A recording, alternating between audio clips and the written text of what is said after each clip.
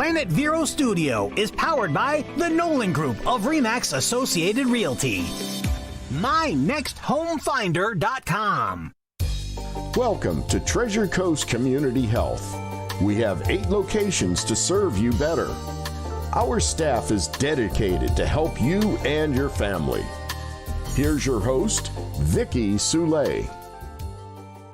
Well, I am not Vicki. My name is Colette Hyde. I am the Community Relations and Outreach Director at Treasure Coast Community Health, and I'm pitch hitting today for Community Conversations.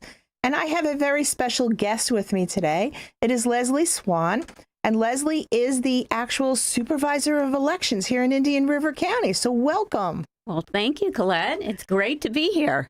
I'm always excited when we have some governmental officers on the show, because I think it's really important for the community at large to understand how the government operates and all of the things that go on behind the scenes to make sure that we can continue to have, especially in this country, which one of the things that you're responsible for is the ability to vote in our elections.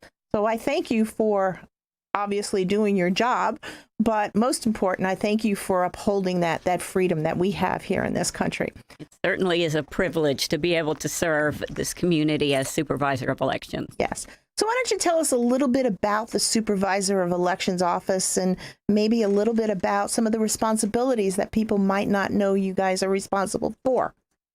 Well, at the elections office, I have 11 employees, and what we are responsible for is conducting all of the elections in Indian River County, from the federal level with the presidential elections all the way down to the local level with the 5 municipalities. They contract with our office to conduct their elections. So anything that has to do with elections goes through our office. Well, it's always great to hear that. I understand that probably one of the biggest things, though, that you are in charge of is the federal elections here in Indian River County. And I did a little my own research. I felt like I went back to high school and did all of my civics classes in one weekend here. But it's my understanding that the Supervisor of Elections is responsible for the local House of Representative elections for the United States Congress. Yes, that's true. And for elections that are statewide or multi-county, those candidates file with Tallahassee, with the Division of Elections. But any local elections, Board of County Commissioners, school board members, any of the special districts such as mosquito control or soil and water, the candidates for those offices file with the Supervisor of Elections office. In their local county? Yes. The municipal elections, even though we conduct the elections, the candidates file with their city clerk for the city they reside in. Oh, wow. So there's a lot of different parts that go on to elections that individuals may not realize. Right. And they may file with different entities, but we are the ones that make up the entire ballot that the voters see when they go into the voting booth. Mm-hmm.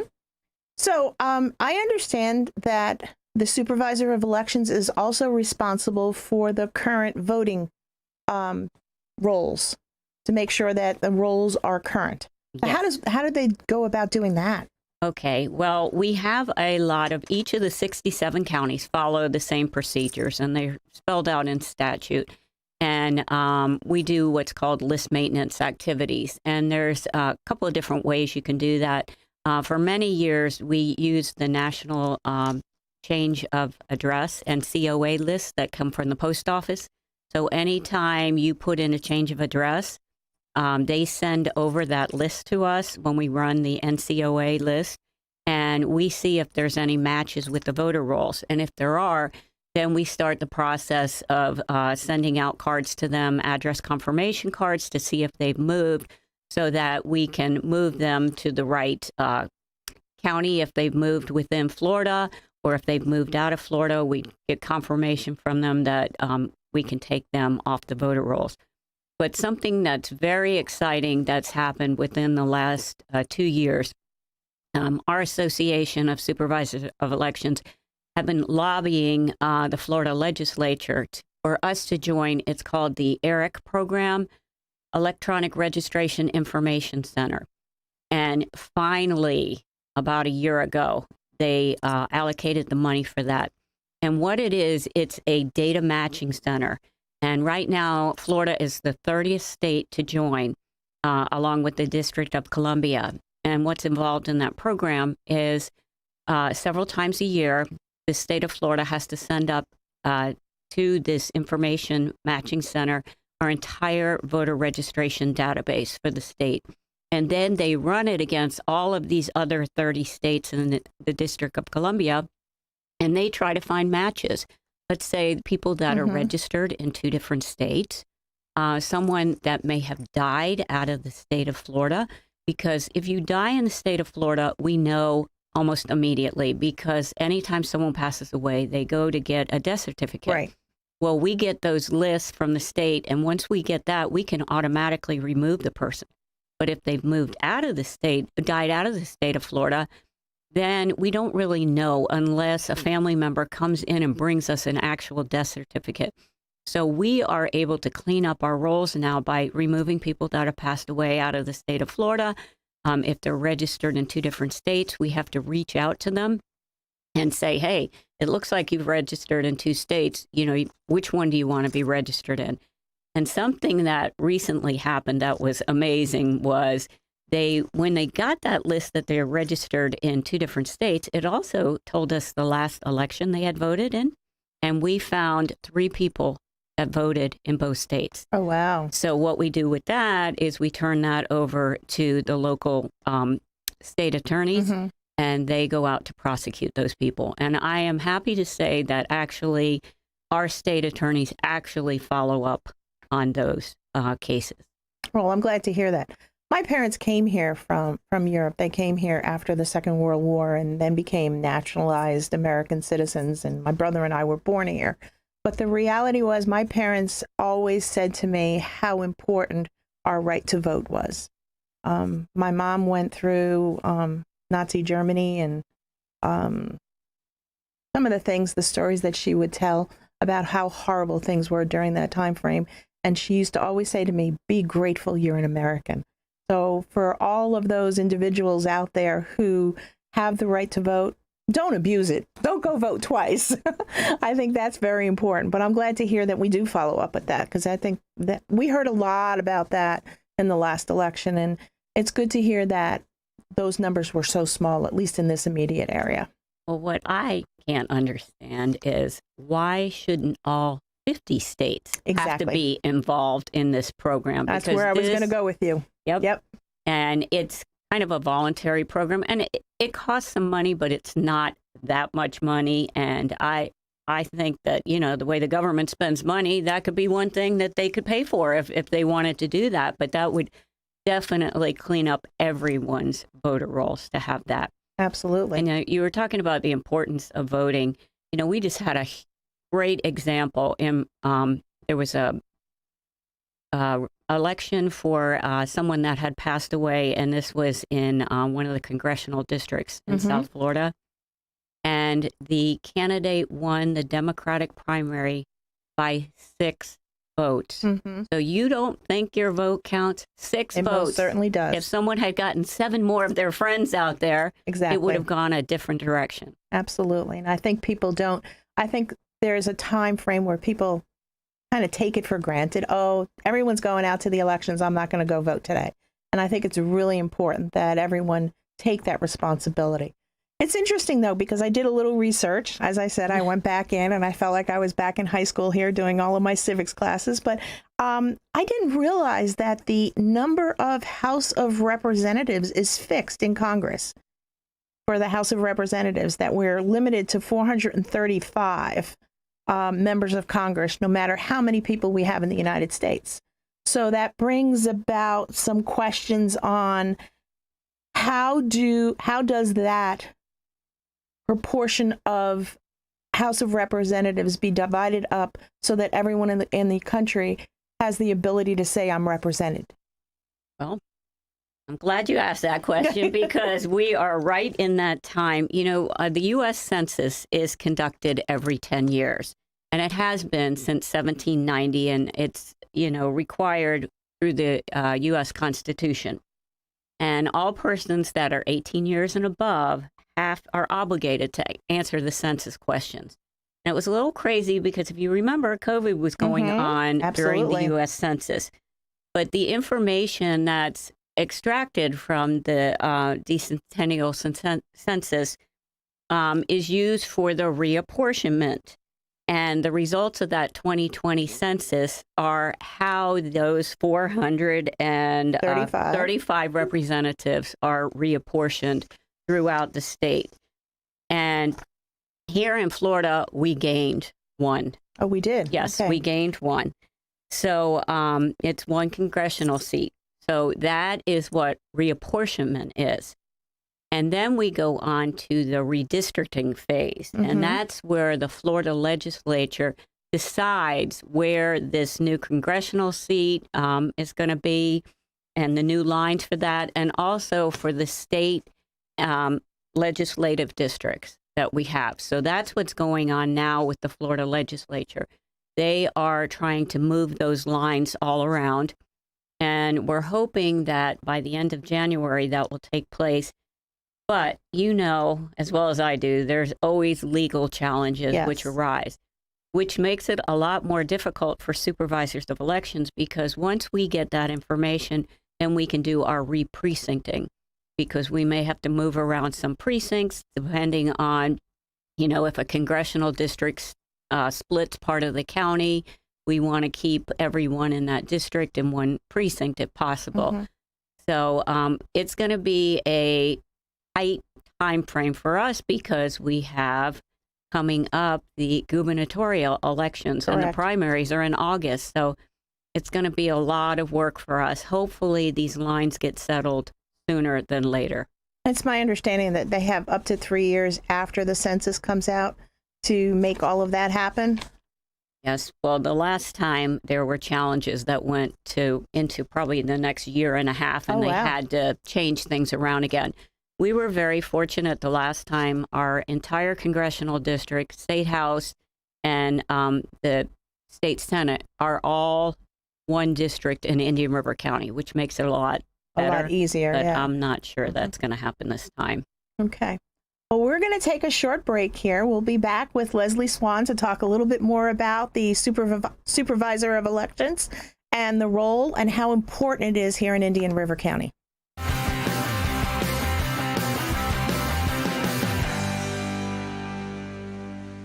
During this giving season, donate in honor of her, the mom, the aunt, or best friend who has guided and loved you through thick and thin. Your gift to Treasure Coast Community Health will benefit women in Indian River County facing heart disease, cancer, and/or diabetes. Early diagnosis and treatment can help prevent life-altering complications, you know. By celebrating women in your life, you provide vital health care for others, and we can't thank you enough. Donate at tcchinc.org. Hi, Leah Waldes. And as 2021 is nearing the end, the staff and management of Waldes and the historic Driftwood Resort would like to wish everyone a wonderful holiday season and a happy and healthy new year. If you've got a job to do, call Workhorse. We can remodel your whole home, your bathroom, your kitchen, or even just put a fresh coat of paint on whatever you need. We're not handyman, we're licensed and insured contractors. Find us on Facebook, Workhorse Residential Contractor. For unto us a son is given, unto us a Savior is born. Merry Christmas from Chad and Joey Colquitt and everyone at Colquitt Air Conditioning, keeping Indian River County cool and comfortable since 1970. If you operate a small business, you need services like payroll, tax compliance, HR tools, and other resources. You need Complete Employee Solutions. Vero Beach has a team of professionals, including Anthony Sammons, Matt McCain, and Jennifer Comer, who saw the need for competent payroll, HR, and employee leasing services. Call Complete Employee Solutions at 772-978-7277 or visit their website at CompleteEmployeeSolutions.com. Hi, I'm Chris Nolan from the Nolan Group of RE/MAX Associated Realty. I'm looking for new agents that are eager to grow their professional future. The Nolan Group has state-of-the-art systems and coaching to maximize your success. For more information, visit nolanshow.com. Okay, and welcome back to Community Conversations. I'm Colette Hyde, and I am your guest host today. And with me today is Leslie Swan, the Supervisor of Elections here in Indian River County, and we're so thrilled to have her with us today. And before the break, we were talking a little bit about how all of our election cycles work. But one of the things that we do want to talk now about is audits, how the Indian River County Supervisor of Elections is involved in election audits. So, Leslie? Yes, there are a lot of people that are screaming, we want a forensic audit, a forensic audit. There's no such thing in the Florida statutes concerning a forensic audit or what exactly it means. But Florida has for many years put into the legislation that we have to conduct a post-election audit. And there's two ways that we can do that. You can either do a manual audit where you randomly select a precinct and a race, and then you have to gather all of those paper ballots, whether they were absentee ballots, whether they were cast early voting or on election day. And then you would actually have teams of people that would manually look at the ballots and tally up the results from those paper ballots. And you would compare them to the results on the tabulation system. But we in Indian River County are very fortunate. They have come up with an automated tabulation auditing system. And it's completely separate from our tabulation system. And once we run all the ballots through our tabulation system, then we run all of the ballots through a second time through our independent auditing system. And we actually audit all of the ballots, not just certain races or precincts. And so we are able to, with 100% confidence, say that, yes, our results are accurate. So, you know, all these people that have suspicions, Florida in 2008 changed the law and said that every county in Florida had to vote using paper ballots. So you would have something tangible to audit in case there were any kind of doubts or if some kind of problem arose. So we have the totally independent, automatic auditing system. So we're lucky to have that. And it seems like a lot of other counties are starting to go to that type of auditing system. And there are so many other checks and balances. When you go in to vote, you know, you check in through our EVIDS system, which is our electronic poll book. Mm-hmm. So we have a tally of the people that have checked in, and we can compare that every day of early voting to the number of ballots that have been cast. So we know from the numbers that are on the tabulating equipment, we take into account people that cast a provisional ballot because we never turn a voter away. So if you come and don't have your ID, we have the voters cast the provisional ballot. They sign the bottom of the envelope, and then that comes to our office, and we check to make sure they're a registered voter, and then we compare their signatures. So we take into account those provisional ballots. Also, sometimes people make mistakes, those spoiled ballots. So we have a total. So we account for all the people that checked in and all the ballots that were cast.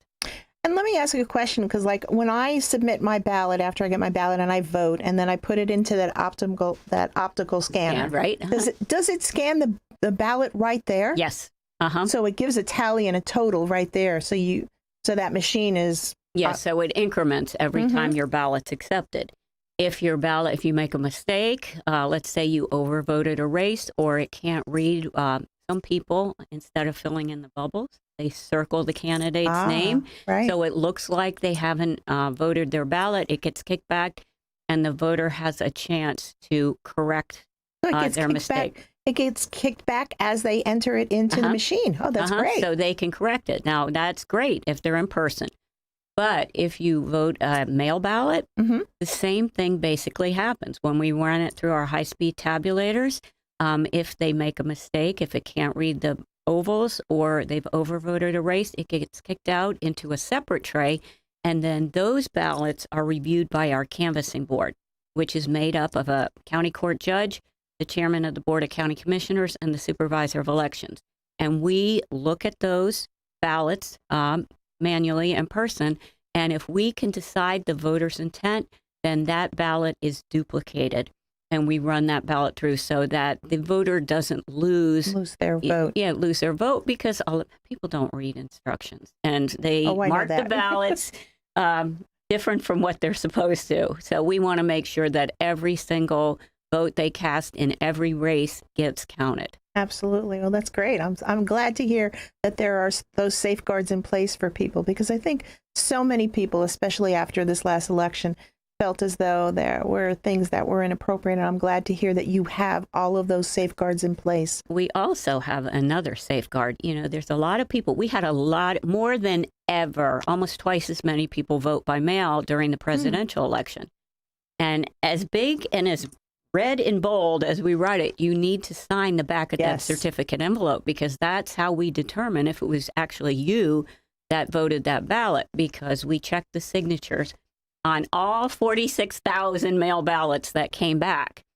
And if you're missing a signature, or my staff feels like the signature doesn't match, then we send you a letter. But we also, if you've provided us a phone number or an email, the day we get the ballot back, we reach out, we call you, we email you, we try to text you to tell you that you can fill out an affidavit. It's really easy. We can send you the affidavit through email. You can email it back to us so that we can cure your mail ballot. And out of 330 that were missing something, it was only 33 in the end that got rejected, because no one took the opportunity of those 33 to fill in the cure affidavit. Well, that's good. I'm glad to hear that those safeguards are in place, because it's very important. So now tell us a little bit about how you actually pull all that off on Election Day.